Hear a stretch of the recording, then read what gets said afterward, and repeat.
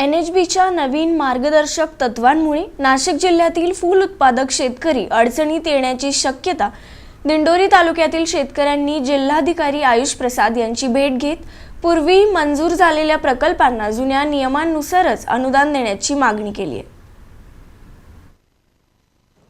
NHBच्या अनुदानाच्या आधारावर अनेक शेतकऱ्यांनी संरक्षित शेतीसाठी मोठी गुंतवणूक केली आहे। काही शेतकऱ्यांनी बँकांकडून कर्ज घेऊन प्रकल्प उभारले आहेत। मात्र 21 ऑगस्ट पासून लागू झालेल्या नवीन नियमांमुळे मंजूर प्रकल्पांनाही फटका बसण्याची शक्यता शेतकऱ्यांनी व्यक्त केली आहे। मी योगेश तेडके जानोरी येथील फूल उत्पादक शेतकरी आहे।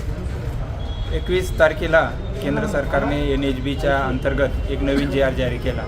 त्यामध्ये त्यांनी जाचक अटी काही टाकलेल्या आहेत। त्यामध्ये पहिली अट आहे की कुटुंबामधील एकाच व्यक्तीला आपल्याला सबसिडी देता येईल, हे एक चुकीची अट आहे। आणि दुसरं 35% सबसिडी केली आहे 50%वरून। आणि तिसरा विषय आहे का त्यांनी आता जे LY दिलं आहे GOC, पहिले LY म्हणायचे त्याला, म्हणजे पूर्वसंमती शेतकऱ्यांना द्यायची का तुम्ही ही तुम्हाला सबसिडी आम्ही देऊ, तुम्ही तुमचा आहे प्रोजेक्ट तो सुरू करा।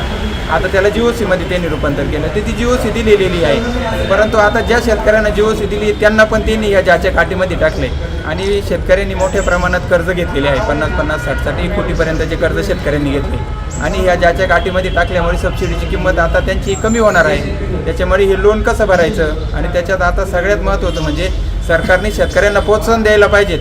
अत्याधुनिक शेतीसाठी पॉली हाऊस करा, ग्रीन हाऊस करा, या शेतीसाठी आम्ही 50 सोडून 60-70% सबसिडी देतो, परंतु शेतकऱ्यांसाठी आता हे उलटं होऊ राहिलं। तरी माझी विनंती आहे सरकारला का या गोष्टी त्यांनी शेतकऱ्यांना प्रोत्साहन करण्यासाठी जे आहे जे पुऱ्या मागील ज्या अटी होत्या त्या प्रमाणे ठेवावा। नवीन निकषांमुळे मोठ्या संख्येने शेतकरी अनुदानापासून वंचित राहण्याची भीती असून कर्जफेडीचे संकट निर्माण होऊ शकते।